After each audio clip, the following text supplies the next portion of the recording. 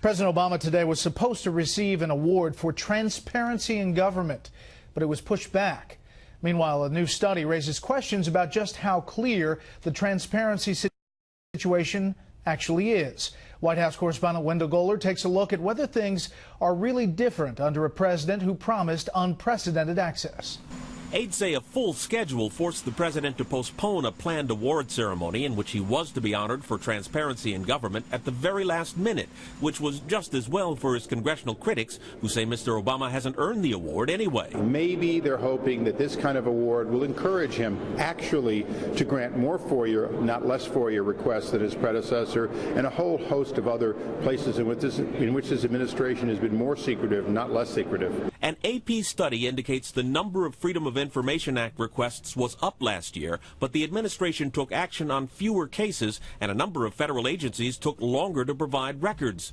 One of the George Washington University researchers who was honoring the president said only 49 of 90 federal agencies are meeting their targets, but study author Tom Blanton said, quote, "He set a direction that deserves praise and recognition. We were going to use the occasion to say we've got to work on that gap." The White House says only 13 agencies were meeting their targets the year before, and the standards Mr. Obama has set are much higher than his predecessors. And it is because of his commitment to the issues of openness and transparency that he is receiving this award, and he'll continue to be committed to it. The White House criticism goes beyond Freedom of Information requests. Meetings with lobbyists have been held across Pennsylvania Avenue where the visits aren't logged by the Secret Service. Officials say the issue is lack of space. Space is the issue with the Oval Office, too, where coverage of the Transparency Award ceremony would have been limited to a pool of reporters and photographers and for a limited period of time. Vice President Biden has meetings with transparency officials that are closed to the press.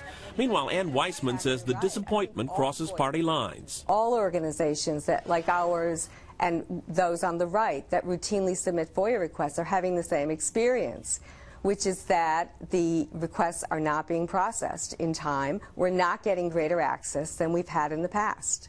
Tom Blanton says he's willing to reward the president with the job at best half done because actually changing the government is more difficult than turning a supertanker. He says it's more like turning an entire fleet.